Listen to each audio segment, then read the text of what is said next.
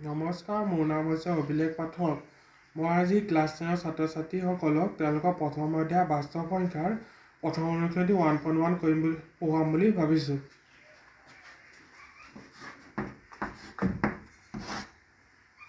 ইয়াৰ প্ৰথম প্ৰশ্নটো কৈছে ইউক্লিডৰ কলন বিধি ব্যৱহাৰ কৰি গসাউ উলিওৱা। 1 নম্বৰ একটো কৰিম প্ৰথমতে আমি। ইয়াত দিছে দুটা সংখ্যা, এটা হৈছে 135 আৰু আনটো হৈছে 225। এই দুটা সংখ্যাৰ ভিতৰত ডাঙৰ সংখ্যাটো হৈছে 225, গতিকে প্ৰথমতে আমি 225 লিখিম। ইয়াৰ পিছত এই সৰু সংখ্যাটোৱে ইয়াক 225ক হৰণ কৰিব লাগিব। এবাৰ দিলোঁ, থাকিলে 135, বাকী থাকিব 90, অৰ্থাৎ 135 × 1 + 90। এতিয়া এই সংখ্যাটো এইখিনিলৈ লৈ আহিম। 135 প্লাছ এই সংখ্যাটো ইয়ালৈ আহিব। 9 × 1, এক যদি লওঁ তেতিয়া আমাৰ বাকী থাকিব 45। এতিয়া এইটো সংখ্যা ইয়ালৈ আহিব। 90 সমান 45। 45 লগত 2 পূৰণ কৰিলে 90 হয়, প্লাছ 0। এতিয়া প্লাছ 0 যেতিয়া পাই যাম তেতিয়া আমি ৰৈ দিব লাগে। গতিকে এতেকে গসাউ 135, 225 গসাগু হ'ব এই সংখ্যাটো।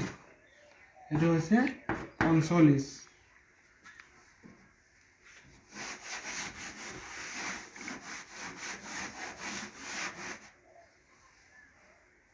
এতিয়া 1ৰ 2 নম্বৰ প্ৰশ্নটো কৰিম। ইয়াত দিয়া সংখ্যা দুটা হৈছে, এটা হৈছে 196 আৰু আনটো হৈছে 38220। এই দুটাৰ ভিতৰত ডাঙৰ সংখ্যাটো হৈছে 38220, গতিকে প্ৰথমতে লিখি লৈছোঁ 38220 সমান 196 ইনটু, এতিয়া 38220ক 196এ হৰণ কৰিম। প্ৰথমতে এবাৰ দিলোঁ 196, এইফালে 12, 6 কমি গ'ল, এবাৰ আহিলে 1, 17, 86, 1, এই দুইটো তললৈ আহিলে 186 2। এতিয়া 196ক আমি 9ৰে পূৰণ কৰিম, তেতিয়া পাম 54, 4 বহিলে 5 কৰিলে 9 × 81, 86 কৰিলে 8, 9 × 9, 9 8 17, ইয়াত বহিব 176 4, ইয়াত থাকিব 98 0। এতিয়া আমি 196ক 5ৰে পূৰণ কৰিম। 6 5 30 9 কৰিলে 3, 5 9 45, 48 কৰিলে 4, 5 5 5 9, ইয়াত পালোঁগৈ 980, বাকী থাকিব 0, ইয়াত বহিব 9 আৰু 5। গতিকে আমি ইয়াক লিখিম এতিয়া 196 × 195 প্লাছ 0। এতিয়া প্ৰথম খাদ্যতে 0 ওলাই গৈছে, গতিকে আমি ইয়াতে ৰৈ দিম। এতিয়া এতেকে গসাউ 196, 38220ৰ গসাগু হ'ব কিমান? এই সংখ্যাটো 196।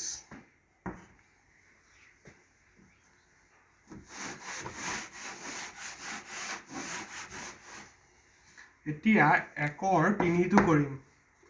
ইয়াৰ সংখ্যা এটা দিছে 867 আৰু 255। এই দুটাৰ ভিতৰত ডাঙৰ সংখ্যাটো হৈছে 867, গতিকে আমি প্ৰথমতে লিখিম 867 সমান সৰু সংখ্যাটো 255 পূৰণ। এতিয়া 255ক 3ৰে যদি পূৰণ কৰোঁ, 5 15 কৰিলে 1, 3 5 15 একে 16 কৰিলে 1, 3 6 একে 7, 765, অৰ্থাৎ ইয়াত যদি 3 আহে তেতিয়া ইয়াত আহি যাব 102। এই সংখ্যাটো ইয়ালৈ আহিব 255, থাকিলে 102, ইয়াক দুবাৰ যাব 2 প্লাছ 51, এইফালে হ'ব 51 পূৰণ 2 প্লাছ 0। এইটো 0 পাই গ'লোঁ, এইখিনিতে আপুনি ৰৈ দিব লাগিব। এতেকে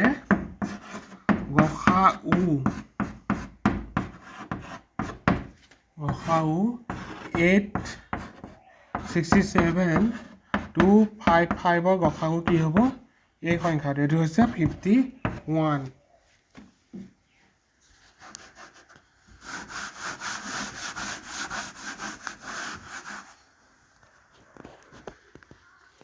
এতিয়া আমি 1 নম্বৰ 4 নম্বৰ কুৱেশ্যনটো কৰিম ইয়াত দিয়া সংখ্যা দুটা হৈছে 272 আৰু এটা হৈছে 1032 এতিয়া 31032 সমান 272 272 কে 4 পূৰণ কৰি চাম 4 দুগুণ 8 4 সাত 28 গ'লে 2 4 গুণ 8 10 এতিয়া আমি 272 3 পূৰণ কৰিম 3 দুগুণ 6 3 সাত 21 গ'লে 2 3 দুগুণ 6 7 8 এতিয়া 3 বাৰ দিলোঁ 816 হ'ল 816 ইয়াৰ মাজত প্লাছ আহিব 16 216 এতিয়া সংখ্যাটো ইয়ালৈ আহিব 272 216 into 1 plus 6 22 56 এতিয়া সংখ্যাটো ইয়ালৈ আহিব 216 এই সংখ্যা একেলৈ আহিব 56 পূৰণ 3 56 যদি আমি 3 পূৰণ কৰি দিয়া পাম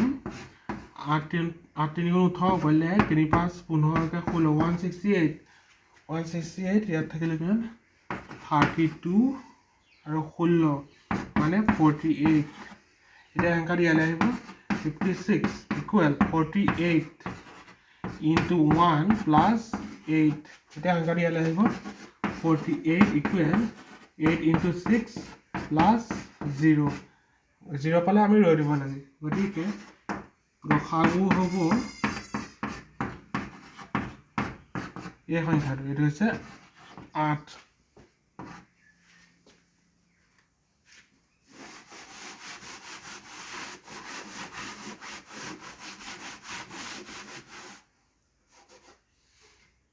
এতিয়া আমি 1 5টো কৰিম 1 5ত দিয়া সংখ্যা দুটা হৈছে 405 আৰু 2520 ইহঁতৰ এটা ডাঙৰ সংখ্যাটো হৈছে 2520 প্ৰথমতে পাতিম 2520 এফালে লাগিব 405 এতিয়া 405 পাঁচে পূৰণ কৰি চাম 5 গুণ 5 কৰিলে 2 4 5 20 আৰু 20 হ'ল 40 6 কৰিলে 6 5 6 30 6 4 24 গতিকে 6 বাৰ দিলোঁ এটা কিমান 70 90 405 equal 9 into 4 plus 45 এতিয়াটো হ'ব 90 equal 45 পূৰণ 2 প্লাছ 0 ইয়াত 0 লাগে গতিকে ৰৈ দিম এতেকে গসাগু 405, 2520 কাৰণে হ'ব এই সংখ্যাটো অৰ্থাৎ 45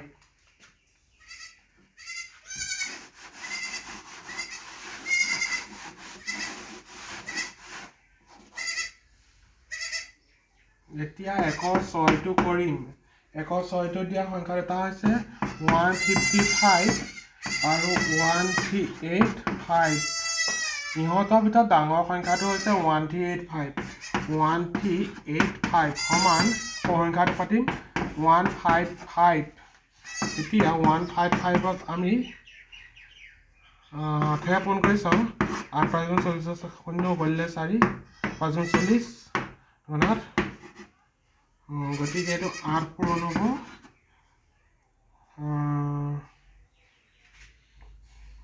8 পূৰণ হ'লে ইমান হয় ইয়াৰ মাজত ডিফাৰেঞ্চটো হ'ব 100 পৰা 9 কৰি যাব 5 গুণ 45 5 গ'লে 4 5 গুণ 45 49 গ'লে 4 4 গুণ 3 মান এইটো ইয়াতকৈ ডাঙৰ হৈ গৈছে এতিয়া 8 পূৰণ কৰি পালে 60 55 মানে 5 14 মানে 145 এতিয়া এই সংখ্যাটো ইয়ালৈ আহিব 155 সমান এই সংখ্যাটো একেলৈ আহিব 145 পূৰণ 1 প্লাছ 10 এতিয়া সংখ্যাটো ইয়ালৈ আহিব 145 ইকুৱেল 10 পূৰণ 14 প্লাছ 5 এতিয়া সংখ্যাটো ইয়ালৈ আহিব 10 5 আছে 5 into 2 plus 0 0 হোৱাৰ লগে লগে আমি ৰৈ দিব লাগে এতেকে গসাগু 155 আৰু 1385 গসাগু হ'ব এই সংখ্যাটো এইটো হৈছে 5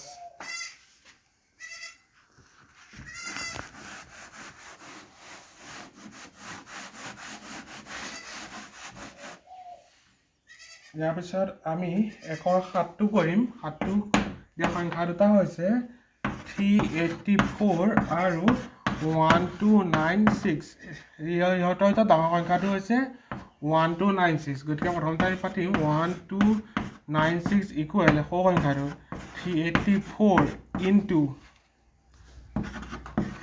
34 3 যদি কওঁ যে 12 2 কৰিলে 3 গুণ 24 25 কৰিলে 2 3 3 গুণ 9 9 2 11 3 দিওঁ তেতিয়া হ'ব এবাৰ গ'লে 4 8 9 6 14 কৰিলে 144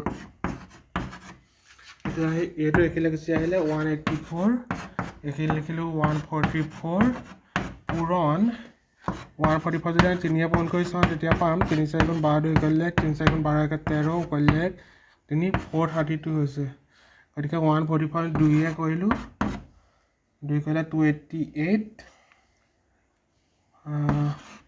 96 28 12 থাকিলে 54 6 96 ঠিক আছে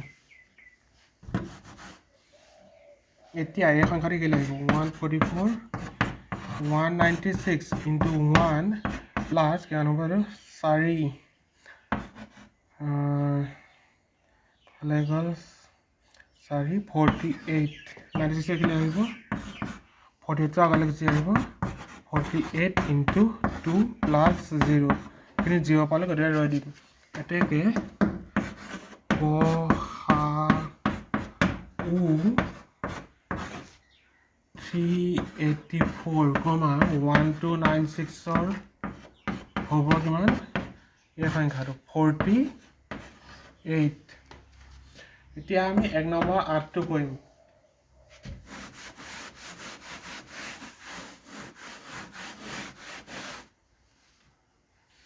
1 নম্বৰ 8ত দিয়া সংখ্যা দুটা হৈছে 1848 4058 ইহঁতৰ এটা ডাঙৰ সংখ্যাটো হৈছে এইটো গতিকে এইটো প্ৰথমতে লিখিম 4058 ইয়াৰ পিছত আহিব 1848 পূৰণ 1848ক 3 পূৰণ কৰিলে পাম 3 গুণ 24 কৰিলে 2 3 4 12 14 কৰিলে 3 গুণ 24 25 কৰিলে 2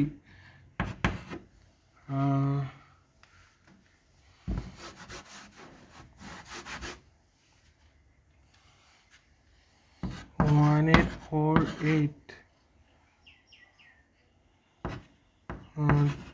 3 যদি কওঁ 3 গুণ 24 4 কৰিলে 2 3 4 গুণ 12 12 2 14 কৰিলে 1 3 গুণ 24 24 25 কৰিলে 1 3 গুণ 3 ঠিক আছে 4 এইটো ইয়াতকৈ ডাঙৰ লাগিছে গতিকে আমি কৰিব লাগিব ইয়াত 2 14 ইমান এতিয়া 2 কওঁ 96 38 ইহঁতৰ পাৰ্থক্য হ'ব এইফালে কিমান 4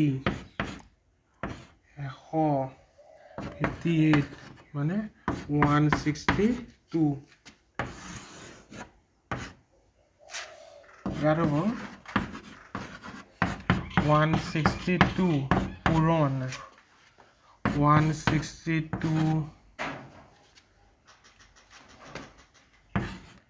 184 এবাৰ দিলোঁ 162 থাকিলে পাই গ'ল 2 2 2 2 8 এবাৰ দিলোঁ 162 পালে দিব 6 লিখক 6 মানে 11 বাৰ দিলোঁ প্লাছ 66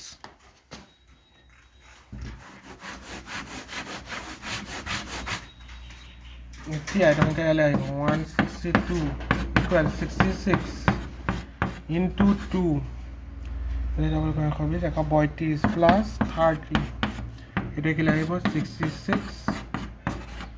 30 পূৰণ 2 প্লাছ 6 ইয়াত কি লাগিব 30 6 পূৰণ 5 প্লাছ 0 এটাকে